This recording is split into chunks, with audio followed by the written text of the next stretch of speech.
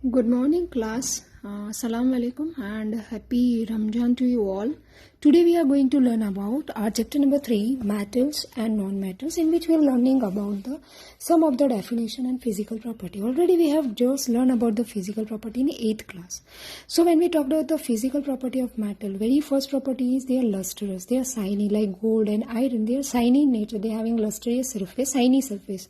Whereas non-metals like when we talked about the wood block, they are the dull in nature. Sulfur, carbon, they are dull in nature, they have dull surface.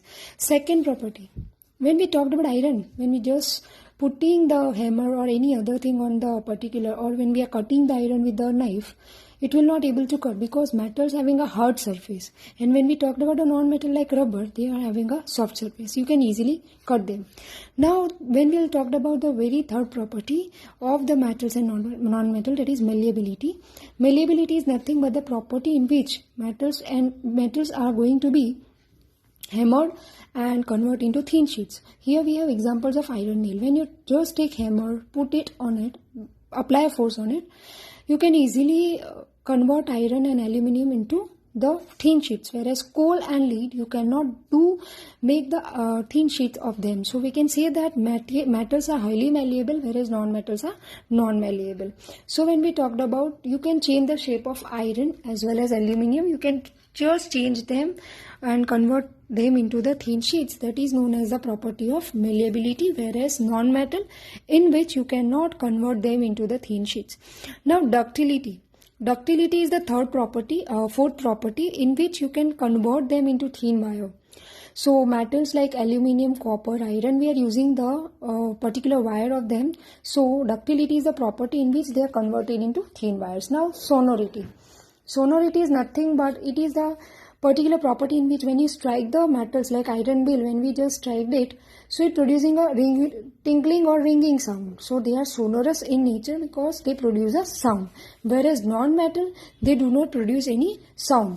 So metals are sonorous, whereas non-metals are non-sonorous. So there is a fifth property, sonority, the property in which when you just strike it by a surface of the metals, it produces a ringing sound. Now conduction of heat. Children, when we talked about the conduction of heat, you are just taking an iron rod, and when you apply heat, you can see the change in the temperature, which shows that metals are the good conductor of heat. So here when we talked about that metals are the good conductor. Now when we talk about non-metallic handles, they are conducting of heat, they does not conduct heat. So we can say that metals are good conductor of heat, whereas non-metals are not good conductor of heat. Now conduction of electricity. Here we have a particular circuit which is connected with bulb cell and material which we are going to use, that is iron nail, sulfur, coal piece and copper wire. So when we are just using one by one, when we will just attach the iron nail to the circuit, the bulb will glow, which indicating that iron nail is a good conductor of electricity. So second one, when we'll talk about, it is about the sulfur.